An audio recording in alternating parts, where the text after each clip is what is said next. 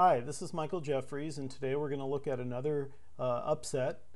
Recently I posted a win I had over an expert, and today we're going to look at a win by Shawn Williams, who was rated 1663, a Class B player, and he beat an expert rated 2117, Mike Zaloznyy.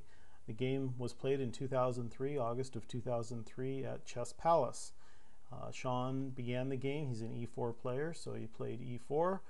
e5 by Zaloznyy, knight f3, and now the normal move is knight c6 is the most common move, defending the attacked pawn here on e5, but he didn't play that, and he also didn't play the second most popular move, which is knight f6, and that counterattacks White's pawn on e4. Instead, Zaloznyy played the unusual and rarely seen d5, the Elephant's Gambit, and this is not played very often, especially not in a tournament, but I think Zaloznyy just figured he'd take his lower-rated opponent out of book.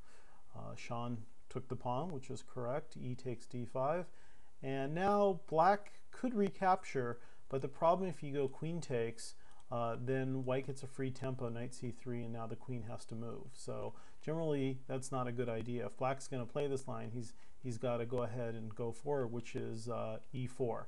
e4 is the book move, attacking the knight on f3. However, the knight doesn't move. The book move is queen e2, and that's what Shawn played, setting up a pin on the pawn so it can't take the knight. Black developed his knight to f6. White develops his knight to c3. Black plays bishop to e7, preparing to castle. White takes the pawn on e4. Knight takes e4, so now White's up 2 pawns. And Black castled. White supported his knight with d3. And now Black plays rook e8, setting up some nasty threats along the e-file based on the queen and the king of White's on the same line as the rook on e8. So, you know, 2 pawns is nice, but not if you lose your queen over it. So what's going to happen here? Well, let's take a look. Shawn developed bishop d2. He just wants to castle and get his king out of the center. Zaloznyy develops his bishop to f5, putting more pressure on the knight on e4. And now Shawn does a smart thing. He just gets his king out of the center and castle. No sense trying to play like c4 and hang on to the d5 pawn. Just give it back. You're still a pawn up, and now your king is much safer. So that's what happened. Knight takes d5. And now you'll never guess Shawn's next move. When he first showed me this game, I was pretty shocked when I saw the move, but it actually has a point. Shawn plays g4, giving yet the second pawn back, but the idea is he just wants to finish his development, so this gives him gain of time.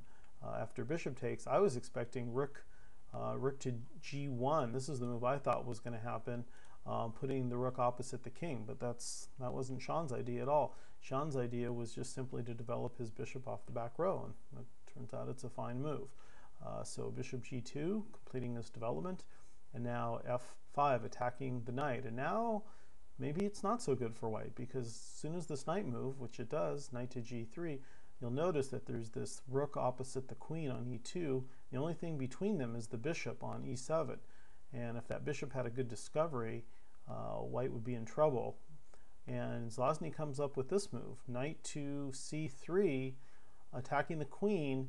And the idea is if this knight is taken, for instance, let's say pawn takes, then bang, bishop a3 check, and king has to move, and then the rook takes the queen on e2, and that wouldn't be good. So that's no good. How about bishop takes?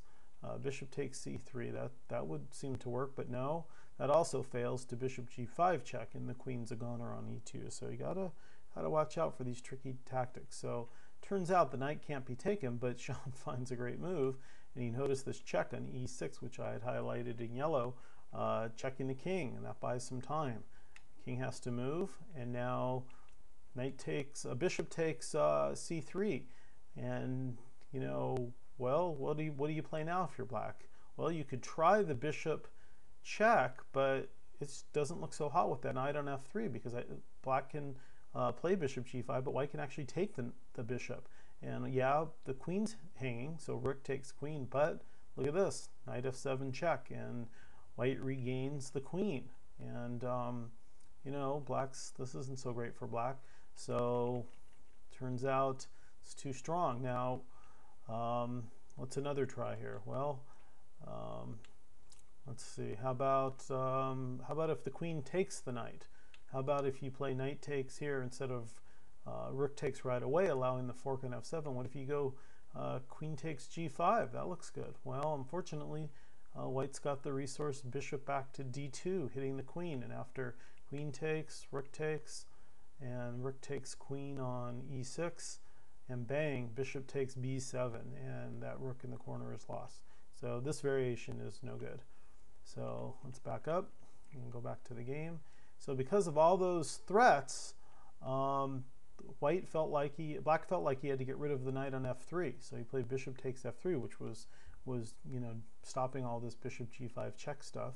And does Shawn recapture on f3 on autopilot? Is that what you would do? Well, no. Shawn finds the brilliant bang, bishop takes g7 exclamation mark. Check to the king, it must be taken. The king's got no moves, has to take the bishop, and then bang, knight takes f5, and king moves back, and now that bishop is still threatening to do a discovered check on g5, so it has to be taken. And Zaloznyy took back with the queen on e7, and Shawn took Zalozny's queen, and then rook takes queen, but bishop takes f3 at the end. And also bishop takes b7 is threatened, winning the rook in the corner. So Zaloznyy played pawn to c6. Shawn wants to trade pieces because he's up 2 pawns again.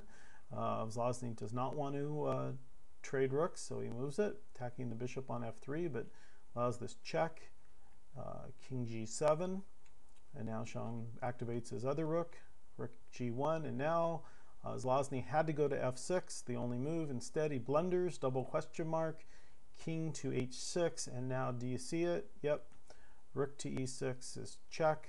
Only move is blocking rook to f6, and it only works for a minute because now rook takes f6 is mate. And there you go. That's how you go elephant hunting and destroy the elephant. Nice game by Shawn Williams.